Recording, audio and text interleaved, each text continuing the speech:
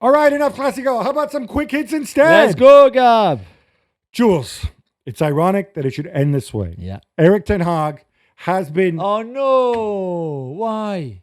he has been let go as No. manager of Manchester But United. why? They were improving. He was so good. Well, it's ironic that it happens after they're kind of screwed over by a bad officiating call in the game against. Yeah, but the damage was done already anyway, right?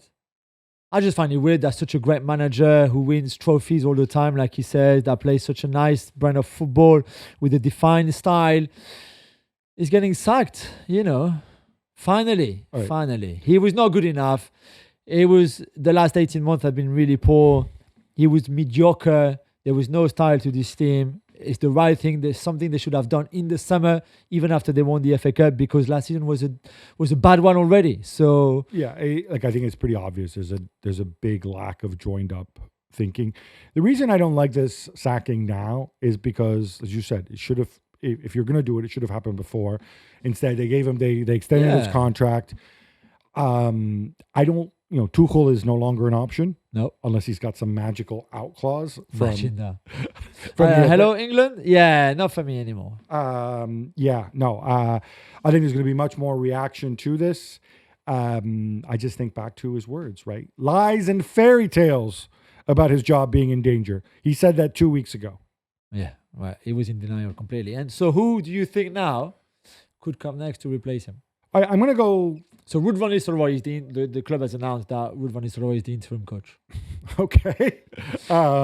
Just an information. Look, thing. now they're going to go and they're going to have a search. I don't think you can really deal with another throwaway season because remember the clock is ticking on Jim Ratcliffe as well, right? He only has control of the football side for X amount of time. So I don't know if you're going to have a proper search for a proper long-term solution. It's really hard to pick up an unemployed manager at this stage of the season. So if you leave Van Nistelrooy in charge all year long, you'll be in a situation where I think you still need to get into the Champions League. You still need to hit certain targets this season so that you can get a viable big name coach for next year. Like they really painted themselves into a corner with this one. Good news, different people in charge. Berrada, Ashworth, Wilcox. We've all talking about how brilliant you all are. Yeah. Jean-Claude Blanc, whoever. Yeah, Right? Now get to work. yeah. Let's see. Arsenal and Liverpool battled to a 2-2 draw in North London. Jules, considering the injury situation and Gabriel going down and Timber going down, Yeah. I think this team showed a ton of character. Yeah, I thought they played well, really, really well. I think on another day they can win 2-1 and it's a massive win.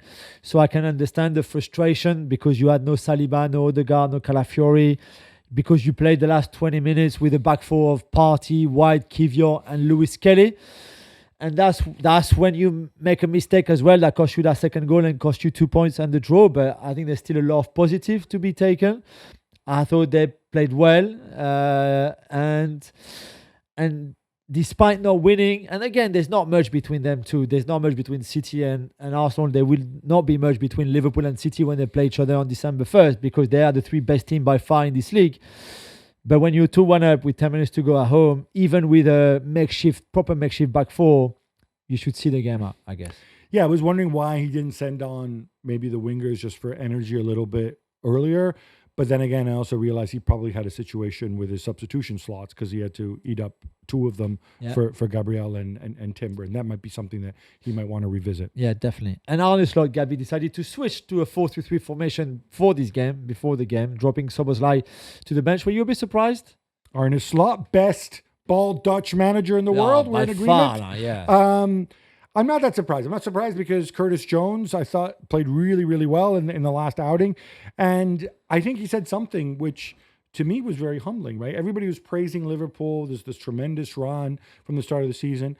And he basically came out and says, we haven't really played that many top sides. No, that's true. You could argue about Chelsea where they won, but were outplayed great. for stretches. Yeah. You could argue Leipzig, but then they're on 0 point in the Champions League. Yeah. You could argue about Milan, who were terrible at the time. These are the best teams that they've played. So this was the first real test. I think it was more important to pass it.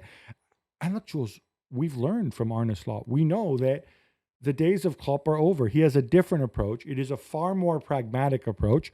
He can do the heavy metal Klopp stuff. Yeah. But he can also take a step back, play more possession, and be a little more pragmatic too.